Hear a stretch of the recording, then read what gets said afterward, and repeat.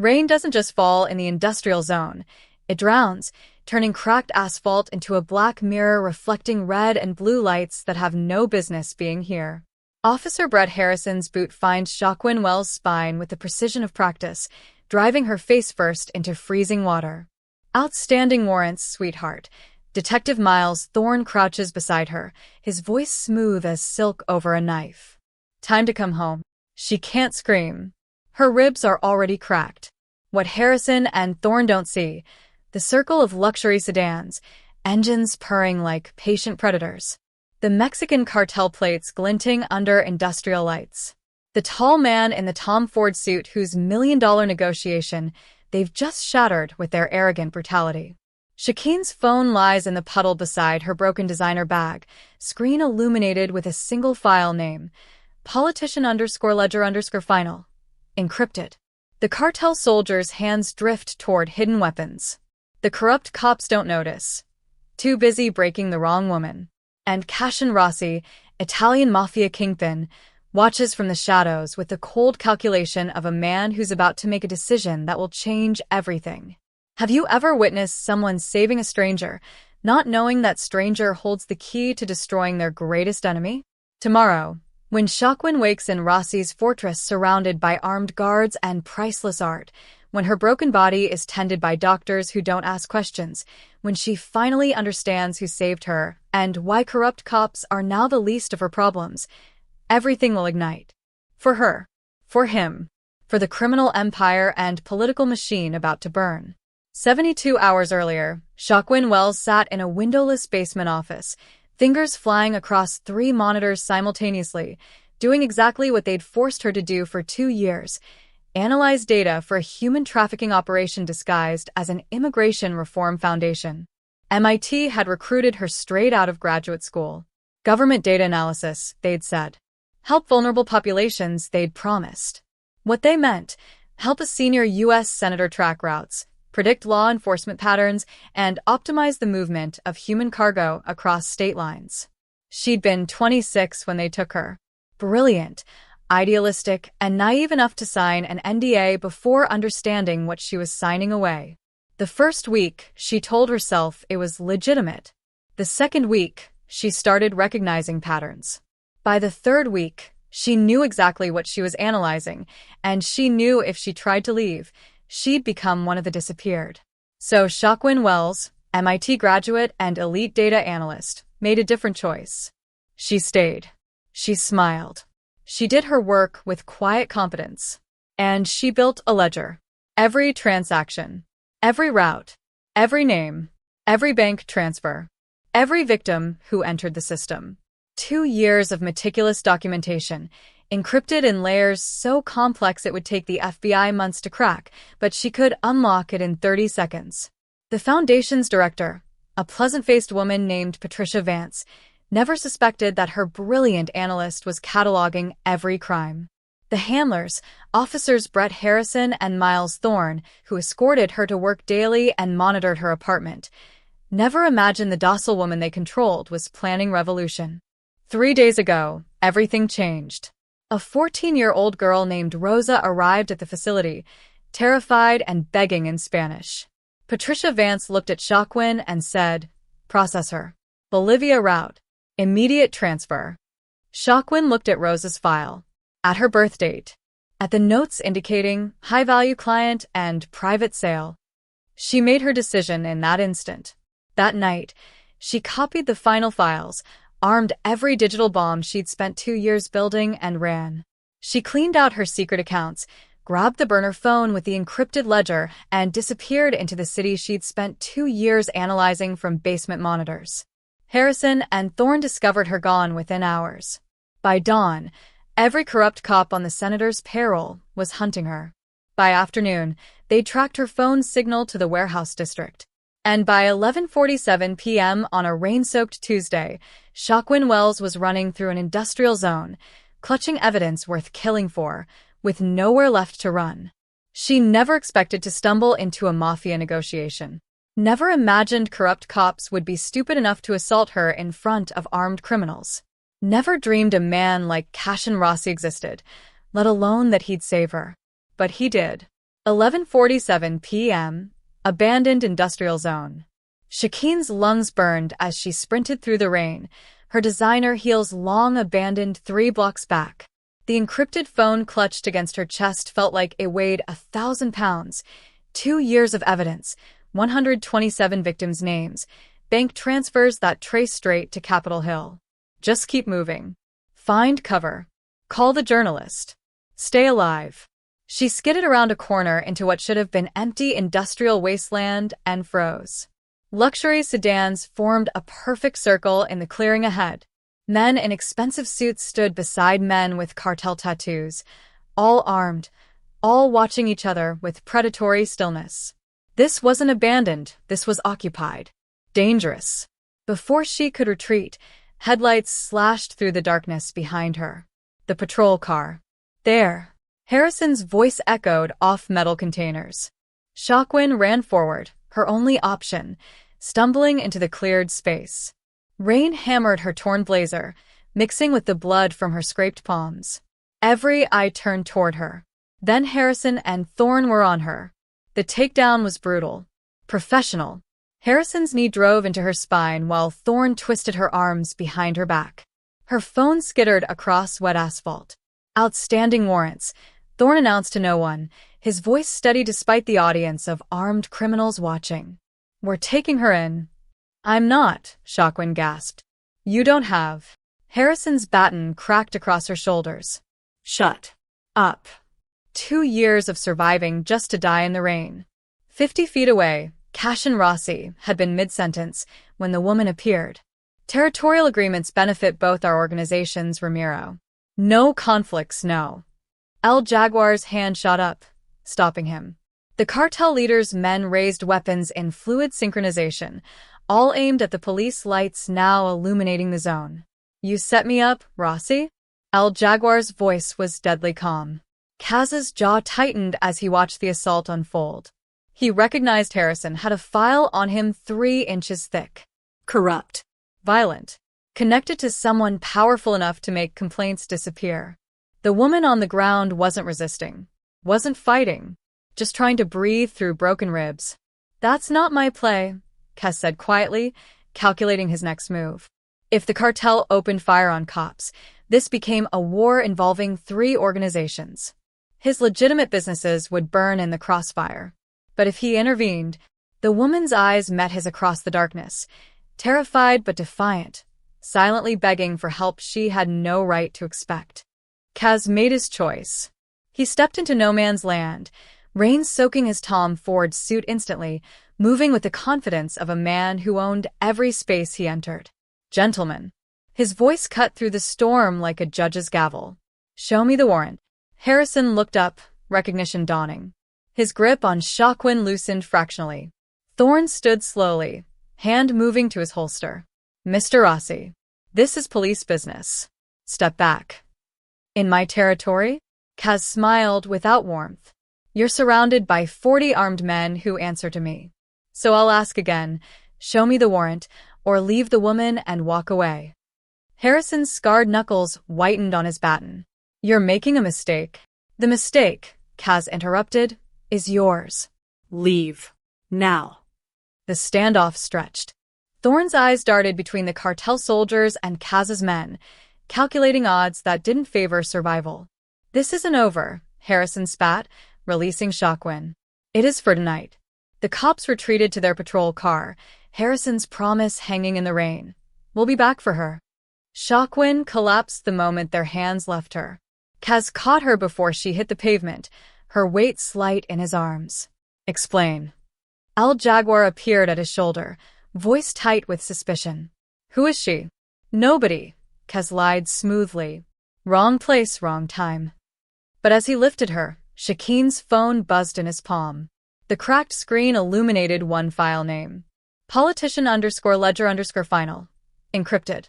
Kaz's expression didn't change, but his pulse quickened. Marco, he murmured to his second-in-command. Get her to Dr. Chen. Now. Nobody, he'd said. He had a feeling he was very, very wrong. Morning light filtered through silk curtains, too soft, too expensive. Shakeen's eyes snapped open, and pain exploded through her ribcage. Easy. An elderly Asian man in wire-rimmed glasses stood beside the bed, lowering a stethoscope.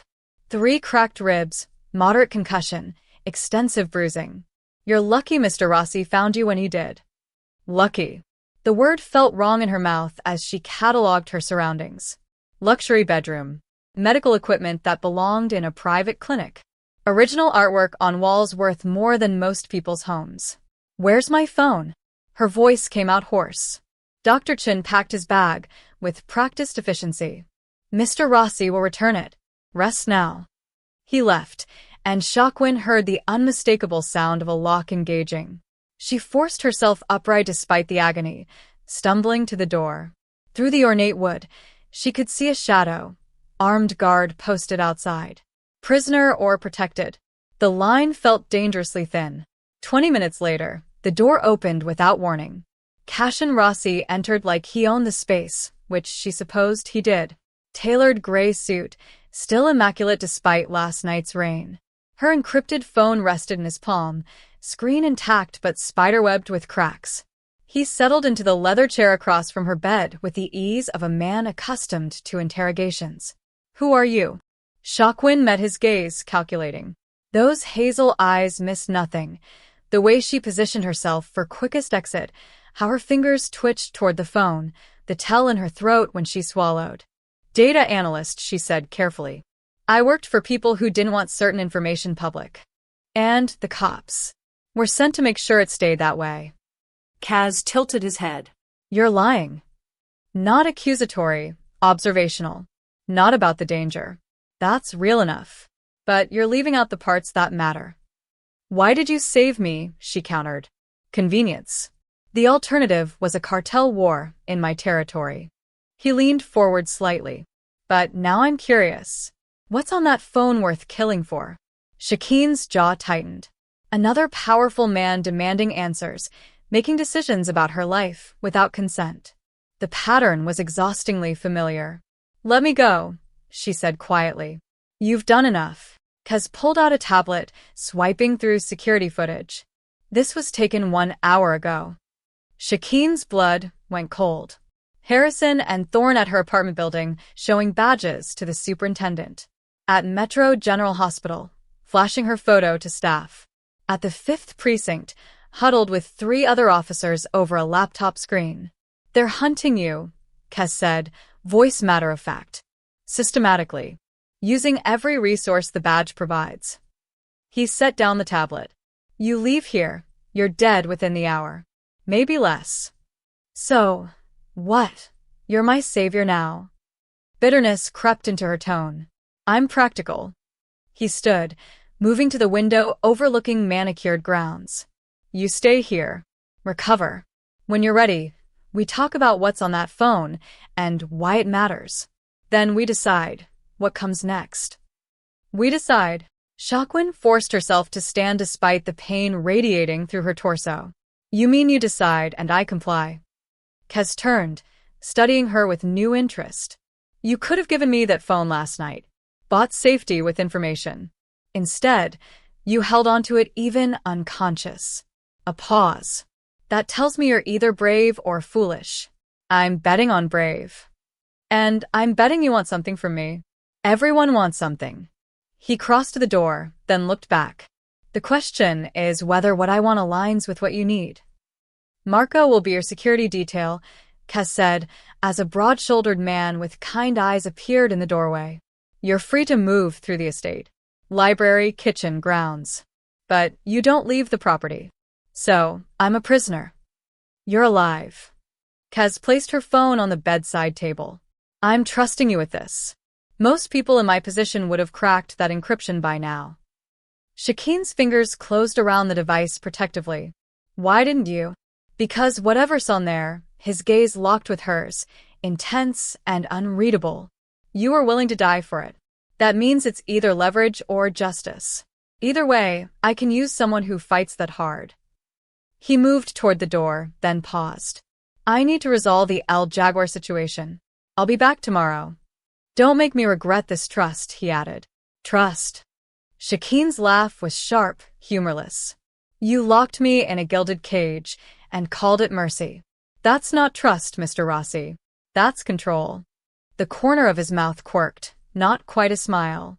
Then prove me wrong about which one you need more. The door closed. The lock didn't engage.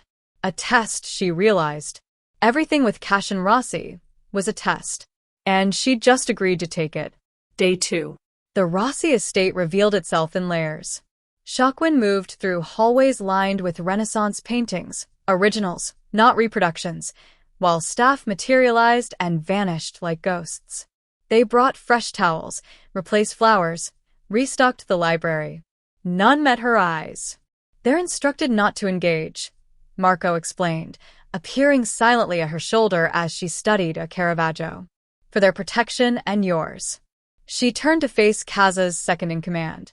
Up close, Marco had the weathered look of someone who'd seen violence and chosen calculated control over chaos. Protection from what? From knowing too much. His expression softened slightly. The boss doesn't bring people here. You're an exception. That makes you either very important or very dangerous. Staff don't need to wonder which. What do you think I am? Marco considered her with surprising honesty. Both. Which is why I'm watching. Fair enough. She found the kitchen by following the scent of fresh bread. A woman in her 50s looked up from kneading dough, flour dusting her warm brown hands. You must be starving. Men never think about proper meals. Sophia wiped her hands on her apron, already assembling a plate. Sit. Eat. The casual kindness nearly broke something in Shockwin. She obeyed, watching Sophia work with the efficiency of someone who'd mastered this space. How long have you worked here? Shockwin asked between bites of the best food she'd had in 2 years. 15 years. Since Mr. Rossi's father ran things. Sophia's expression grew distant. The son is different. Harder in some ways. But he takes care of his people. When my grandson needed surgery we couldn't afford, Mr. Rossi paid. Didn't ask for anything back. Sounds like you're defending him. I'm explaining him. Sophia met her gaze directly. He's not a good man by most measures. But he's a fair one. And in this world, that's rarer than you'd think. Shockwin spent the afternoon in a converted study, working on the ledger's additional encryption layers. She'd built multiple security protocols, each one requiring specific sequences to access deeper data. MIT encryption protocols. Nice work. She spun to find a younger man, mid-20s, leaning against the doorframe. Glasses, Iron Man t-shirt, the comfortable posture of someone who lived in digital spaces. Luca, tech specialist. He gestured to her phone. Heard you've got something interesting. Need help. I work alone. So, did I until Kaz gave me a reason not to. Luca settled into the adjacent chair, uninvited. Try me. Worst case, I'm useless. Best case, we crack it faster. Shockwin fed him a false decryption key, watching a screen. He ran it, examined the resulting gibberish, then smiled. Testing me. Smart. He pushed back from the terminal. I'll wait until you're ready. Why would Rossi's tech guy help me? Luca's expression shifted, something raw underneath the casual exterior. 3 years ago, my sister was trafficked. 16 years old, disappeared from a mall parking lot. Police did nothing. Kaz's people found her in 2 weeks. Got her out. Paid for her therapy. He stood. So, when someone shows up here running from corrupt cops with encrypted evidence? Yeah, I help. That's what we do here.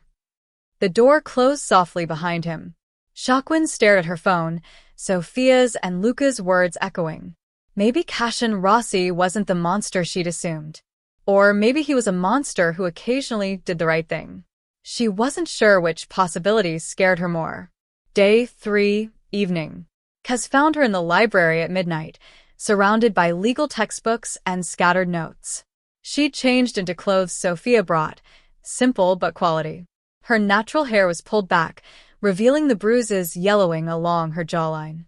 Witness protection statutes, he observed, reading her notes upside down. Federal testimony requirements. Prosecutorial immunity agreements. He settled into the chair across from her. You're not planning to hide. Hiding is surrender. Shaquin closed the book. I'm planning to fight. Against cops with badges and a senator with power? Kaz's tone wasn't mocking, assessing. You'll need more than legal precedents. I have evidence. You have data. Evidence requires corroboration, protection, and a system willing to listen. He leaned forward. I can provide all three. Lawyers who don't scare easy. Security that doesn't depend on badges. Safe houses across 3 states. Why? The question came out sharper than intended. What do you want from me? Kaz was quiet for a long moment, his hazel eyes studying her with an intensity that made her pulse quicken. I don't know yet, he admitted finally. But I'm starting to think it's not what I expected. The honesty surprised her. Disarmed her. The El Jaguar situation? She asked, changing subject. Resolved. For now. He thinks your leverage I'm holding. A slight smile. I didn't correct him. So, I'm a bargaining chip. You're a problem I haven't solved. He stood, moving toward the door. The question is whether you'll be a complication or a solution. Same question applies to you. Shaquin called after him. Kaz paused in the doorway. Then I suppose we'll figure it out together. After he left, Shaquin stared at her notes, mind racing. She'd come here with nothing but evidence and enemies. Now she had resources. Unexpected allies. And a mafia kingpin who looked at her like she was a puzzle worth solving rather than a problem to eliminate. It should have felt like progress. Instead, it felt like standing at the edge of something she couldn't take back. Day 4 to 3:17 a.m. The alarm shattered sleep like gunfire. Shaquin bolted upright, ribs screaming, as red emergency lights strobed through her window. Voices shouted in Italian. Boots pounded on marble floors. Then, gunshots, sharp and unmistakable, echoing across the grounds.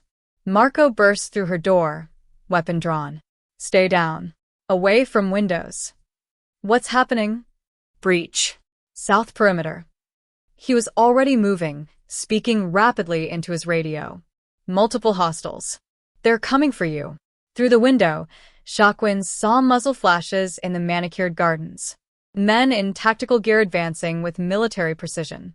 And in the lead, illuminated by searchlights. Harrison's scarred face, twisted with determination. Lawful warrant execution. His voice boomed through a megaphone. Surrender the fugitive or face obstruction charges. They found me. Of course they found me. Kaz's men returned fire from defensive positions. The estate transformed into a war zone. Bullets tearing through topiary, shattering fountain statuary, punching holes in Renaissance walls worth fortunes. Shaquin pressed against the wall, hands shaking, utterly helpless. This was her fault. Every bullet fired, every life risked, because she'd stolen data and run instead of destroying it like she should have. I got people killed. I'm still getting people killed. Then Kaz's voice cut through the chaos, sharp and commanding. She couldn't see him, but she felt his presence. The way the battle's rhythm changed, became coordinated, lethal. 10 minutes later, the gunfire stopped. The raiders retreated, leaving 2 wounded on the lawn. Harrison's final shout echoed across the grounds. You can't protect her forever, Rossi. But they were gone. Shaquin found herself in the library afterward, still in her nightclothes, unable to stop her hands from shaking. The adrenaline crash hit like a physical blow, chest tight, breath coming in shallow gasps that didn't reach her lungs. Can't breathe. Can't think. Can't. Look at me. Kaz's voice, suddenly close. She hadn't heard him enter. He crouched in front of her, blood on his collar, jacket discarded, sleeves rolled up to reveal forearms corded with tension. Shaquin. Eyes on me. She tried. Failed. The room was tilting. His hand found her shoulder. Warm, steady, grounding. Breathe with me. In for 4. He demonstrated, chest rising slowly. Hold for 4. Out for 4. She followed his rhythm because she had no other anchor. In. Hold. Out. Again. Again. Slowly, the vice around her lungs loosened. Good, he murmured. Keep going. When she could finally speak, the words came out broken. I got people killed.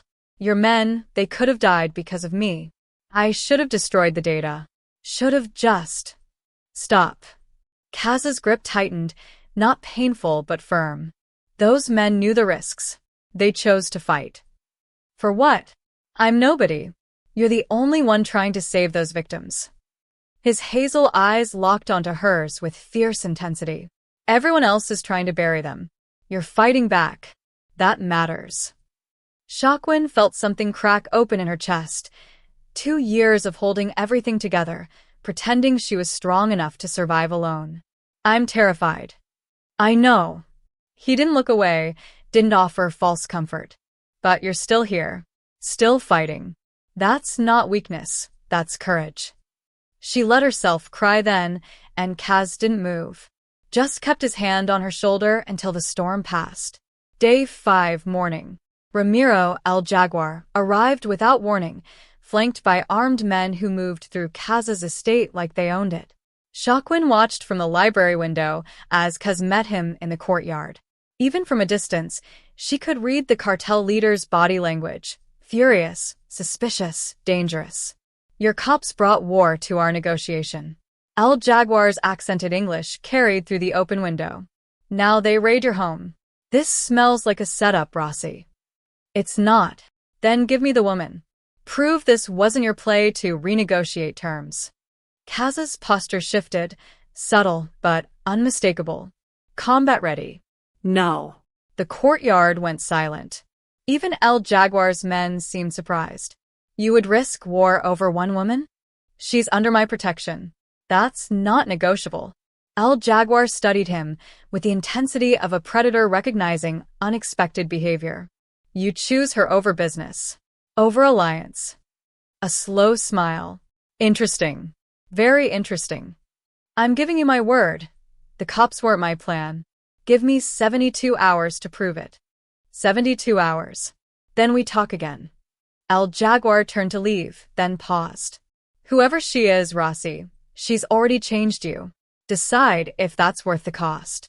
Shaquin was waiting when Kaz returned to the library. I heard, she said quietly. Let me go. I'll disappear. You won't have to. No. You don't understand. I don't abandon people. Kaz's voice was harder than she'd heard it. Not when they're fighting for something that matters. Why? Shaquin stepped closer, searching his face. You don't even know me. Kaz held her gaze, and for the first time, she saw past the carefully controlled exterior to something raw underneath. Maybe I want to. The admission hung between them. Unexpected, honest, dangerous. Shaquin made a decision. She pulled out her encrypted phone, fingers hovering over the final security layer. Then you need to know what they're afraid of. What's worth killing for? She entered the master key. The ledger opened, names, dates, bank transfers, victim profiles. 2 years of systematic trafficking and political corruption, all documented with the precision of an MIT data analyst who'd been forced to map her own hell. And at the center of it all, Senator Richard Blackwell. Kaz's expression didn't change, but his knuckles whitened on the desk edge. This senator, he said softly, dangerously.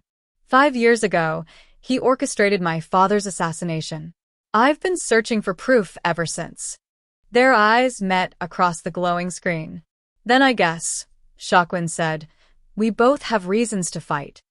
Day 6 War Room. The converted study became a command center overnight. Multiple monitors displayed the ledger's cascading data while Shaquin stood at the whiteboard, marker in hand, walking 4 dangerous men through 2 years of systematic horror. The trafficking operation runs through 12 shell corporations. She drew connections with practiced precision. Each one links to a legitimate nonprofit, immigration assistance, job placement, foster care services. Lucas' fingers flew across his keyboard.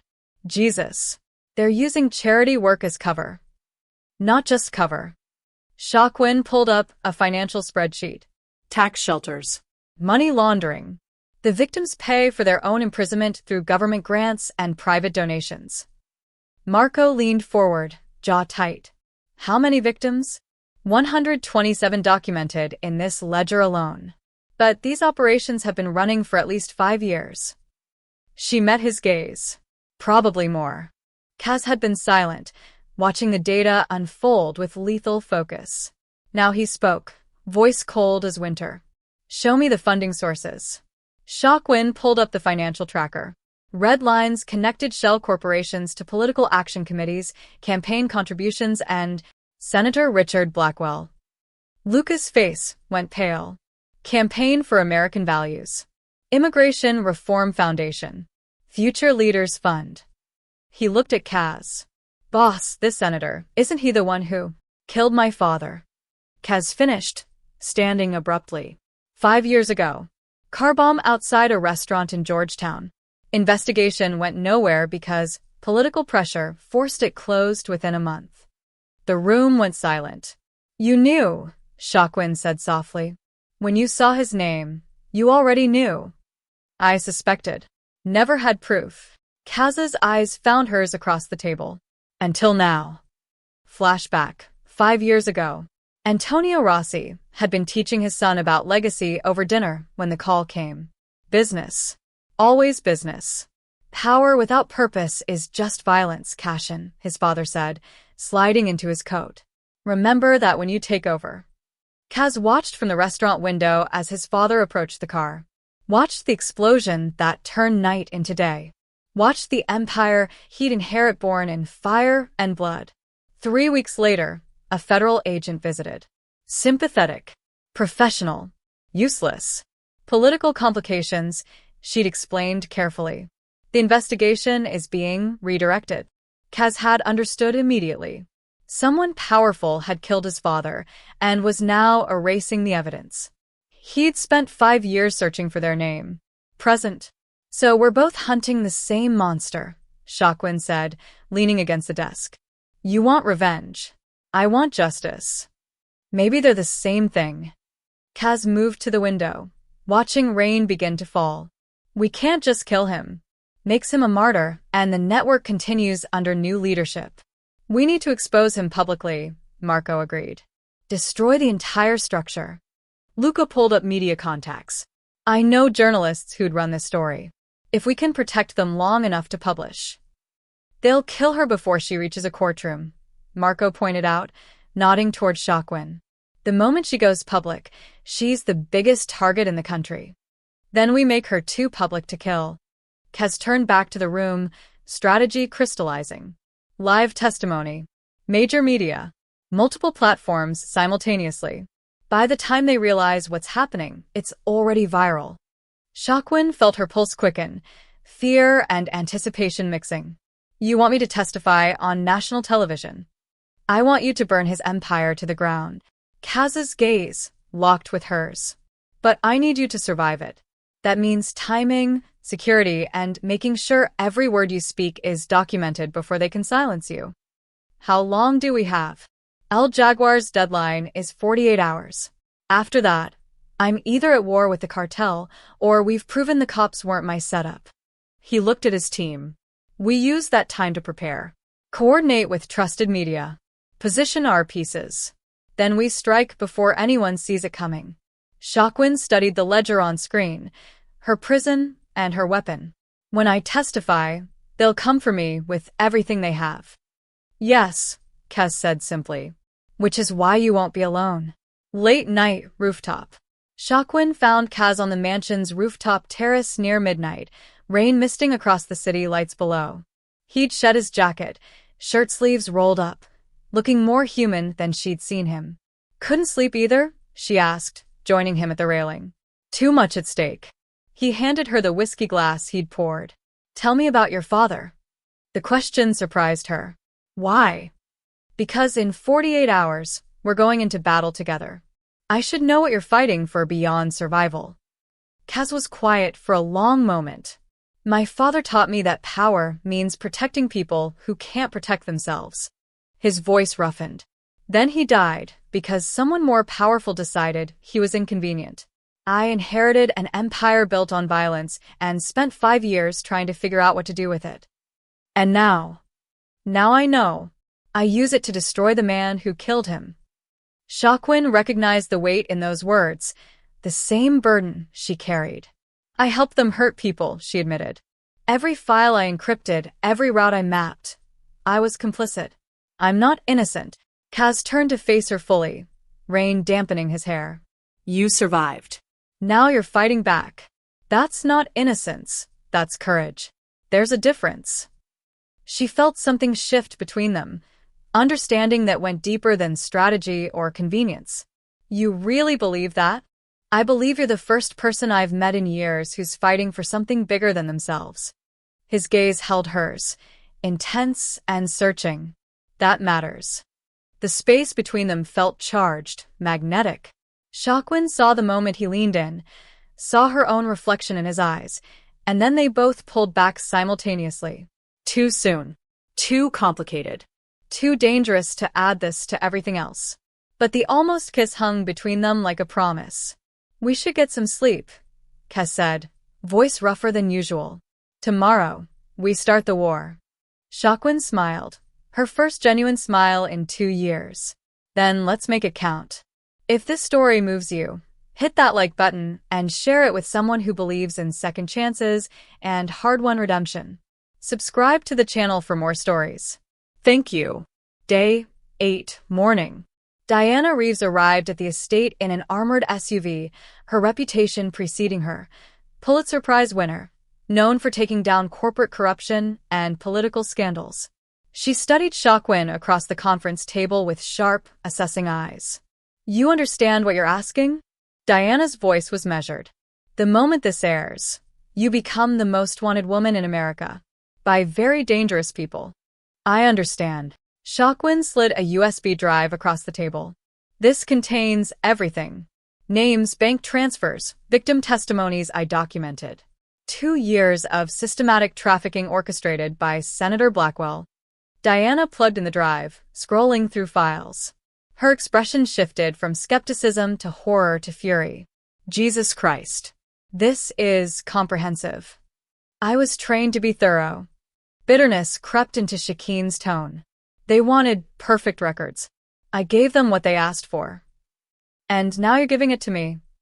Diana closed her laptop. Live broadcast. Multiple platforms. I'll coordinate with my network.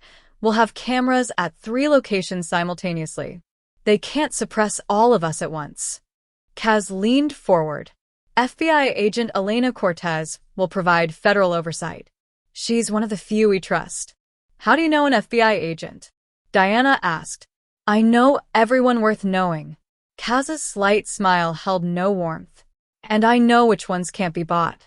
Cortez is clean. Motivated. She'll make sure this testimony reaches the right people. Diana gathered her materials. 48 hours. Be ready. After she left, Shaquin exhaled slowly. No turning back now. No, Kaz agreed. Which is why we make sure you survive it. Day 8, afternoon. The estate's gym smelled like leather and sweat. Kaz had stripped to a fitted black t-shirt, moving through the space like violence made elegant. If something goes wrong, he said, tossing Shaquin training gloves, you need to be able to fight. I'm a data analyst, not a soldier. You're a survivor who's about to paint a target on her back.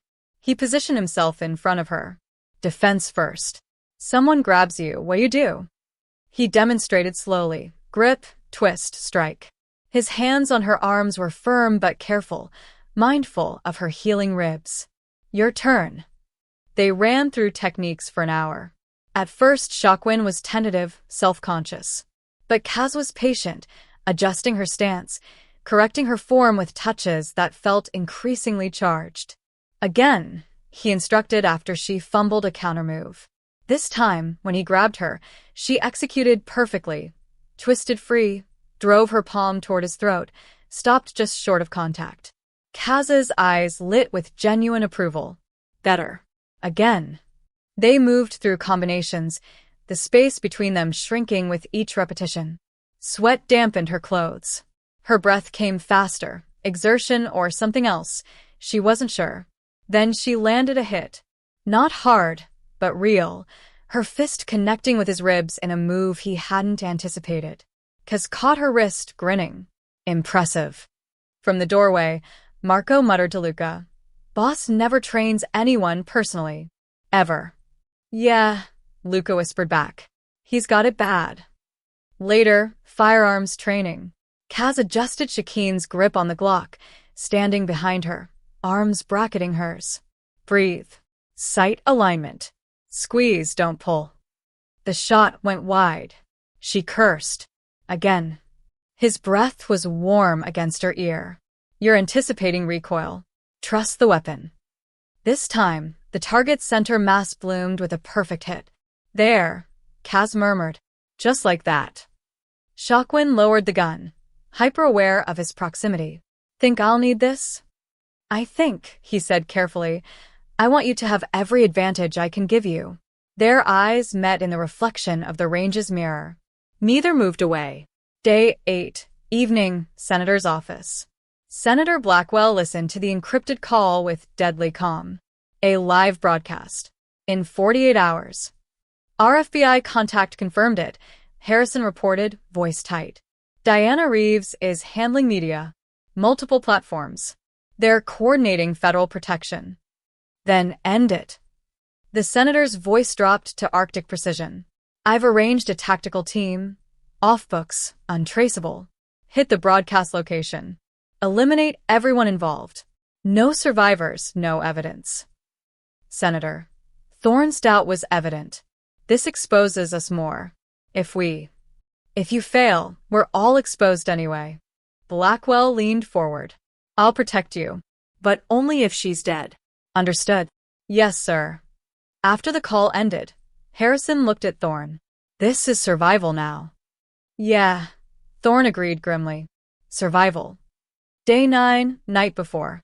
Shockwin sat in the library at midnight, testimony notes scattered around her, hands trembling despite her best efforts.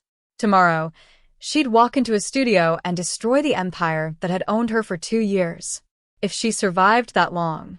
Kaz appeared with 2 glasses of whiskey, settling beside her without asking permission. "Talk to me. What if I freeze? What if I can't?" "You will." He pressed the glass into her hand. "Because you're the strongest person I've met, and you've already survived worse than a camera." She drank, the burn grounding her. "What will you do when this is over? After we expose Blackwell, after the revenge you've spent 5 years planning?" Kaz was quiet for a long moment. "I don't know who I am without it. Revenge has been my purpose since the day my father died." "I don't know who I am without fear," Shockwin admitted. "It's been so long since I felt safe. I don't remember what normal feels like." "Maybe," Kaz said softly, "we figure it out together." Shockwin turned to face him fully. "Kaz." He kissed her. Desperate and honest and real. 2 people choosing connection over isolation, even though tomorrow might destroy them both. She kissed him back, fingers tangling in his hair, pulling him closer. They moved to his bedroom wordlessly, shedding clothes and armor and fear. What followed wasn't just physical, it was comfort and trust, and the acknowledgement that whatever came next, they wouldn't face it alone. Later, as dawn crept through the windows, Shockwin traced the scar on his shoulder. No regrets. Kaz caught her hand, pressed it to his chest where his heart beat steady and strong. "Only if we waste this chance." "Then let's make it count." Outside, the sun rose on their last day of preparation. Tomorrow, the war began. Day 10 to 8 p.m., broadcast studio. The studio lights were blinding.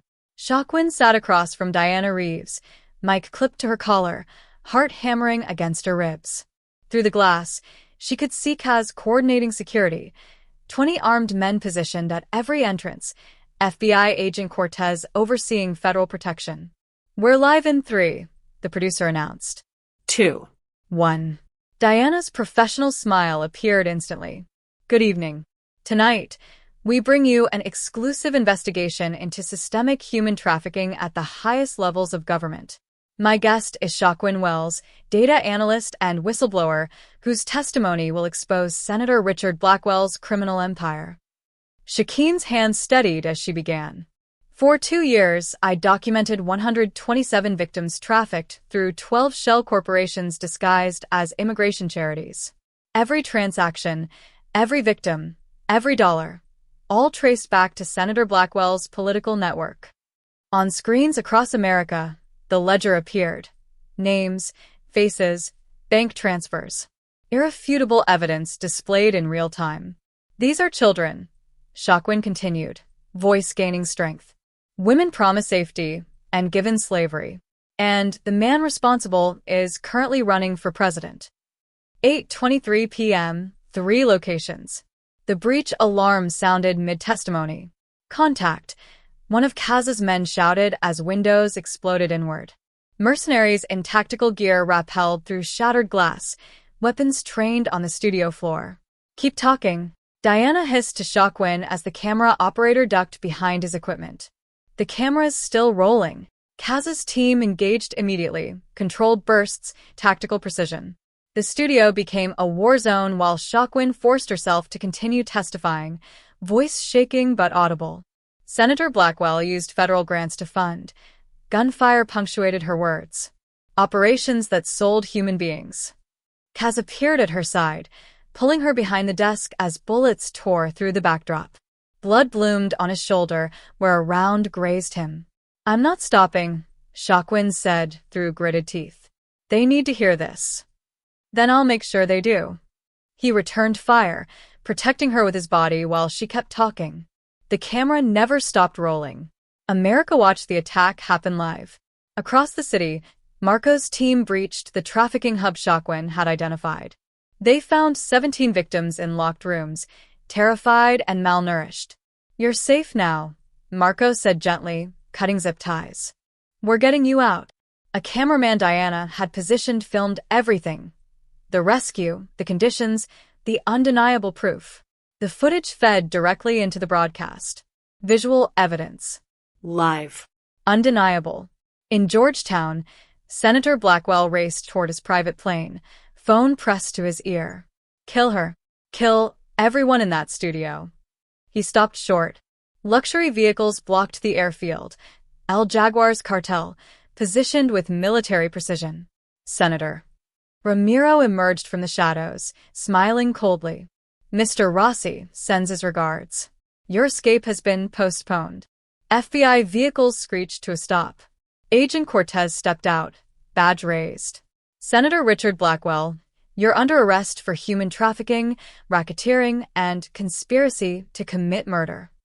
This is absurd, Blackwell snarled. Harrison and Thorne acted independently. I had no knowledge. Actually, Cortez held up a phone. They recorded every conversation, including tonight's order to massacre a television studio. It's already with federal prosecutors. Harrison and Thorne, in handcuffs nearby, said nothing. Self-preservation had finally overridden loyalty.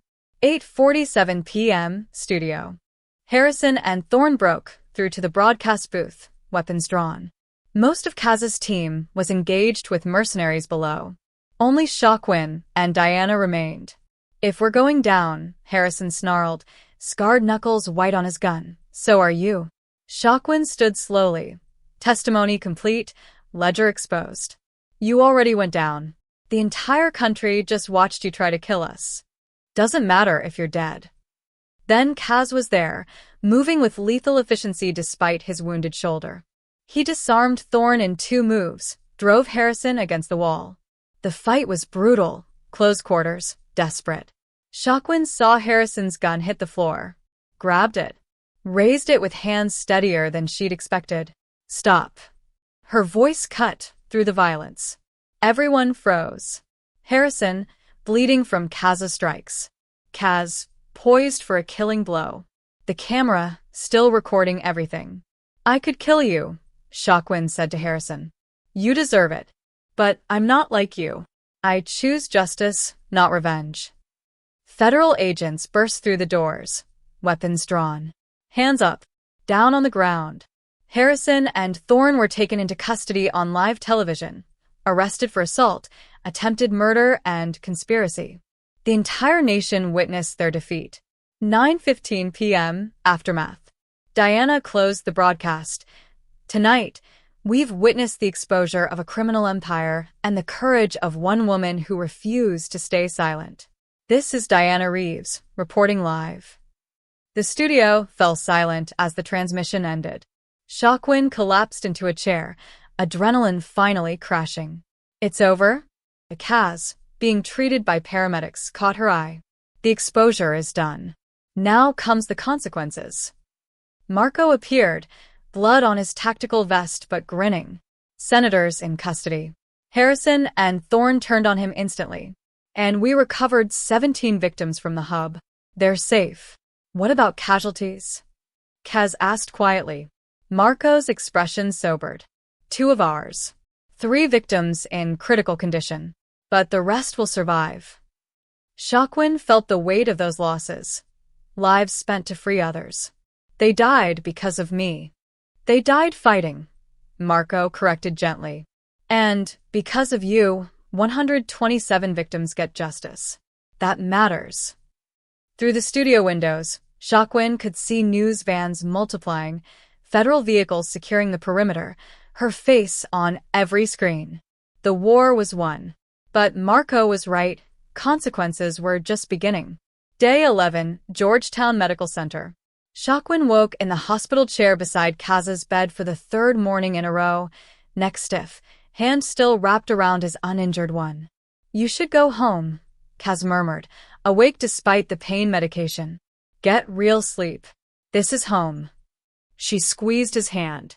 Until you're cleared, anyway. His shoulder surgery had taken 4 hours. The bullet had fragmented, requiring careful extraction. Now he lay surrounded by flowers from legitimate business associates and guarded by Marco's rotating security team. Outside the door, reporters camped. Shakeen's face was on every network, every newspaper. Whistleblower hero, some called her. Traitor, others hissed in anonymous threats that flooded her temporary phone. Agent Cortez visited that afternoon. FBI can offer protective custody. Safe house. New identity if needed. No. Shockwin didn't hesitate. I'm not hiding anymore. You're a target. I'm too public to kill quietly now. She gestured to the news coverage visible through the window. The moment something happens to me, it proves everything I said. They can't touch me without destroying themselves. Cortez studied her with new respect. You've thought this through. I've had 2 years to think. Shockwin glanced at Kaz, who was pretending to sleep but listening. And I'm staying where I choose to be. After Cortez left, Kaz opened his eyes. That was dangerous. Declining federal protection. I learned from the best. She smiled slightly. Besides, your security is better than theirs. Can't argue with that. Days 12 to 25, legal cascade. Senator Blackwell's arrest toppled dominoes. Within 2 weeks, 47 more arrests followed. Police officers, nonprofit directors, corporate executives, even 2 other congressmen. Harrison and Thorne, facing life sentences, provided evidence enthusiastically, recordings, documents, testimony that exposed the entire network. Shockwin testified 6 times in various courtrooms. Each time, she recounted the horror with clinical precision, refusing to let emotion undermine credibility.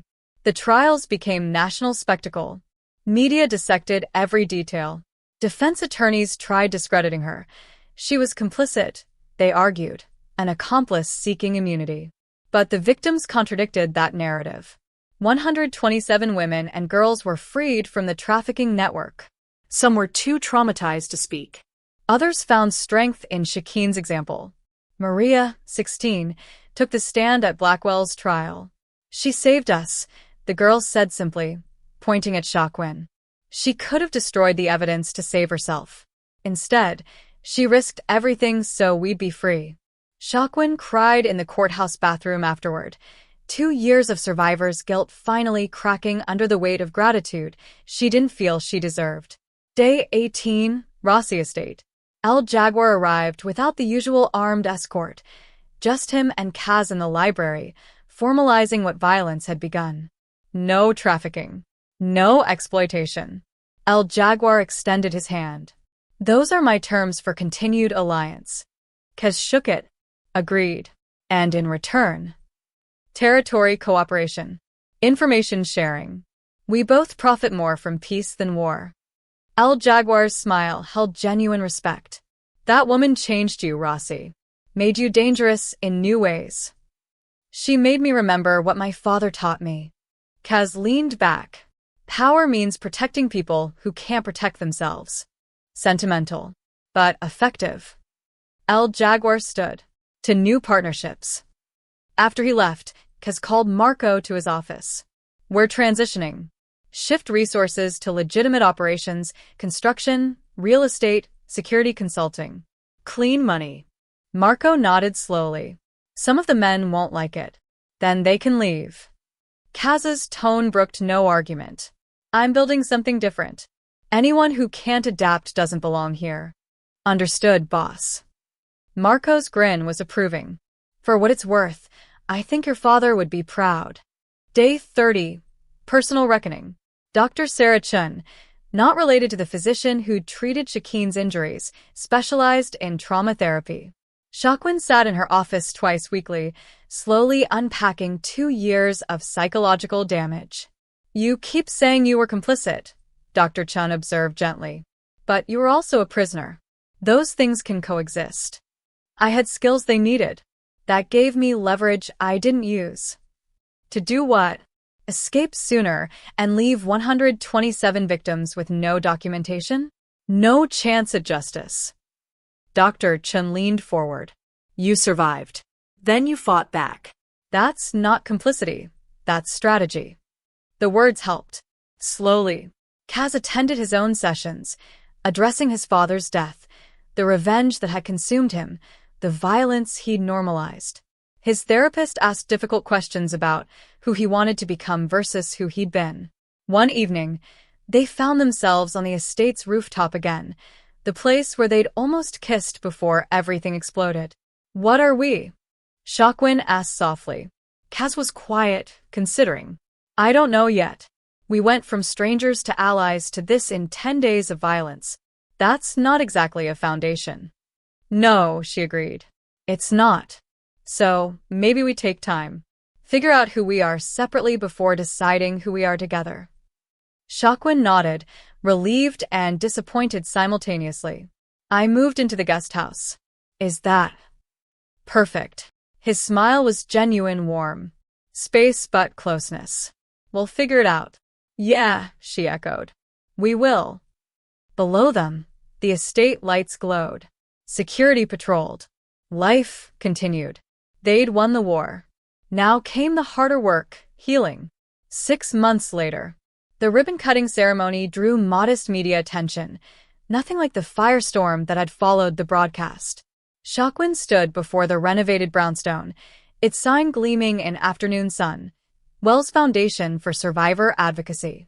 This organization exists, Shakwin told the assembled crowd, because 127 people survived what should have destroyed them.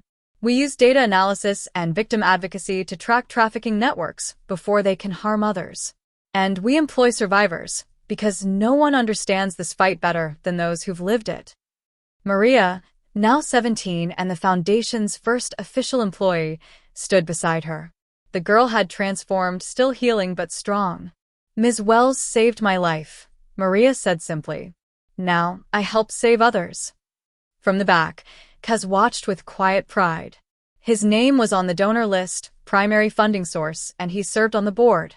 His presence legitimized the operation and sent a clear message. This foundation was protected. After the ceremony, Agent Cortez approached.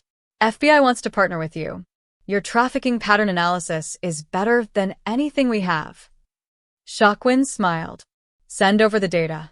We'll see what we find. That evening, Rossi Estate. Marco found Kaz in his office, reviewing acquisition proposals for a security consulting firm, legitimate, clean, profitable. Victor Koslov called. Marco said carefully. Offering $3 million for a shipment through our ports. No questions asked. Kaz didn't look up from the contracts. Tell him no. Boss, that's serious money. Some money isn't worth the cost. Kaz signed the consulting firm deal with decisive strokes. We don't touch anything that even smells like trafficking, drugs, or exploitation. Ever. Make sure everyone understands that. Marco grinned. She reformed you. She reminded me who my father wanted me to be. Kaz met his second's gaze. There's a difference between power and poison. I'm choosing the former. Yeah, Marco agreed. You are. Late night, industrial zone. Rain hammered the pavement, heavy, cleansing, familiar. Shaquin and Kaz arrived at the abandoned industrial zone in an armored SUV, flanked by police vehicles. Not corrupt cops this time. Agent Cortez's reformed unit, officers she'd personally vetted. Anonymous tip came through the Foundation hotline, Shaquin explained, pulling up her tablet. Trafficking operation. 1 victim, possibly 2. Same zone where we met. Kaz checked his weapon. Full circle. They breached the warehouse together, coordinated, professional, no longer the desperate collision of 6 months ago. Inside, they found a terrified woman, mid-20s, chained to a radiator. Shaquin knelt beside her while Cortez's team secured the area. You're safe now. I promise. The woman stared at her with hollow eyes. Who are you? Shaquin glanced back at Kaz, her partner, her ally, the man who'd saved her and been saved in return, then looked at the victim with hard-won understanding. Someone who survived, she said gently. And you will too. Hours later, Rossi Estate. They returned near dawn, rain-soaked and exhausted but satisfied. The victim was in protective custody. The traffickers were arrested. Another small victory in an ongoing war. Shaquin kicked off her boots in the foyer of the main house, their house now. She'd moved from the guest house 3 months ago, the transition natural and right. Kaz poured whiskey, handed her a glass. You were brilliant tonight. We were brilliant. She settled beside him on the couch, comfortable in the silence they'd built together. Speaking of which, Maria asked if we're getting married. Kaz smiled. And what did you tell her? That we've got time.